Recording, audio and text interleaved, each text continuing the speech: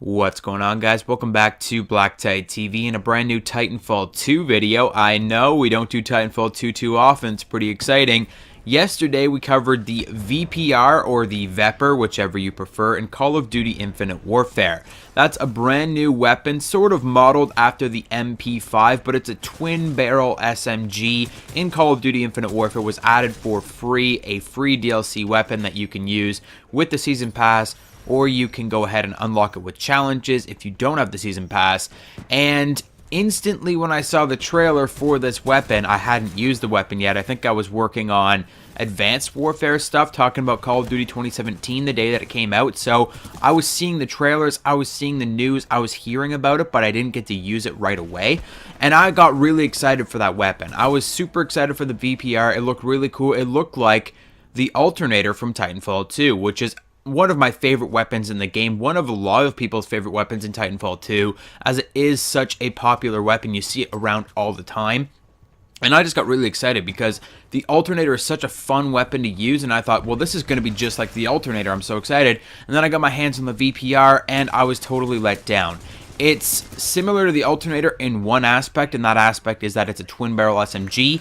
But apart from that, there are no similarities. They're completely different weapons. The Alternator actually fires one barrel after the other, so it fires left barrel, right barrel, left barrel, right barrel, whereas the VPR fires both barrels at once, which you would think would be better, but it's actually worse. The VPR also has an incredibly low damage, I don't know, I'd call it like a medium fire rate. It's not like it fires ridiculously fast or anything like that, but it's got like a medium fire rate, a really low damage, a really low range. You drop off to like a 10 shot to kill really quickly. It's just a really underwhelming weapon. It's got a larger magazine size, but the way that they've balanced the VPR in Call of Duty Infinite Warfare is very strange. And I thought that today we could compare that to the Alternator in Titanfall 2, the granddaddy of twin barrel SMGs when it comes to first-person shooters, as far as I know. I don't know if there's ever been another twin barrel weapon in a first-person shooter game. Like, there probably has been in maybe like a Quake game or something way back in the day.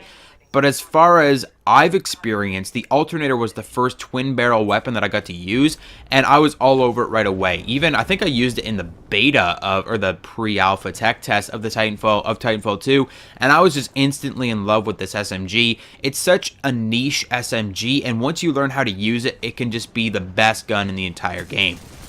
So the Alternator, like I said, fires left barrel, right barrel, and because it alternates between the barrels, it gets a really strange kind of recoil property, and the gun kicks around a little bit, like it kicks side to side instead of up and down, which is a pretty good balancing factor for its extremely high damage. The Alternator can kill you in 2 shots. No shit, 2 shots. It's got 75 damage on this bad boy. This thing can drop you really quickly. This is a really high damage weapon, and it should be. It's a twin barrel SMG. It's got that advanced damage, and that's what I was expecting out of the VPR.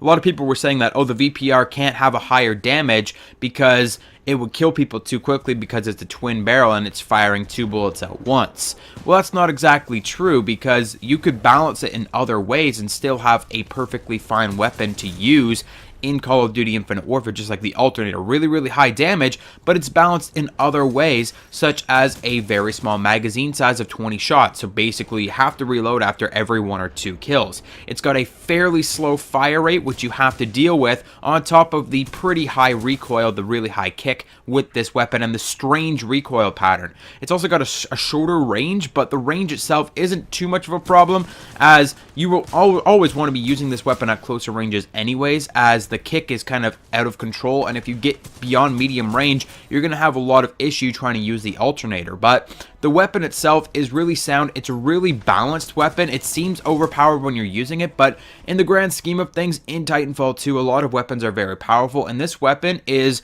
right on par with everything else. I think the way that it's balanced is the way that a twin barrel SMG should be balanced. Really high damage with other things knocking off that damage, so accuracy, magazine size, everything like that. Whereas the VPR in Infinite Warfare doesn't really have anything going for it. Hipfire accuracy is crap. Accuracy is crap. There's like a lot of recoil on the weapon, really low damage, really mediocre fire rate, like a slow reload time. The weapon really has nothing going for it in Infinite Warfare, whereas the Alternator is easily one of the better weapons in Titanfall 2, and this is the weapon that it seems that the VPR was modeled off of, but they totally failed in their modeling system. So I'll have a couple more videos on Titanfall 2 coming up. I was extremely surprised with how many people actually knew of Titanfall 2. I asked in yesterday's video what weapon I was talking about when I said that there was another SMG in a similar first-person shooter that was a lot like the VPR, that I thought that the VPR was modeled after, and a lot of people actually answered Titanfall 2 Alternator. I didn't think there was that many people on my YouTube channel that were, well, on my YouTube channel, a lot of my viewers, my subscribers that really knew so much about Titanfall. Generally, I thought that people that were playing Call of Duty were like, Titanfall, I could care less. But a lot of people actually had knowledge of this game, and that is encouraging me to make more Titanfall 2 videos. So, leave your thoughts in the comment section down below. Should I make more Titanfall 2 videos? What should I make Titanfall 2 videos on? And hit the like button, subscribe. I may also be doing a Q&A sometime coming up this week, so let me know your questions in the comment section down below. Do you have any questions for me for anything regarding the YouTube channel, my personal life, anything like that? Let me know in the comment section down below, and I'll catch you guys on the next video.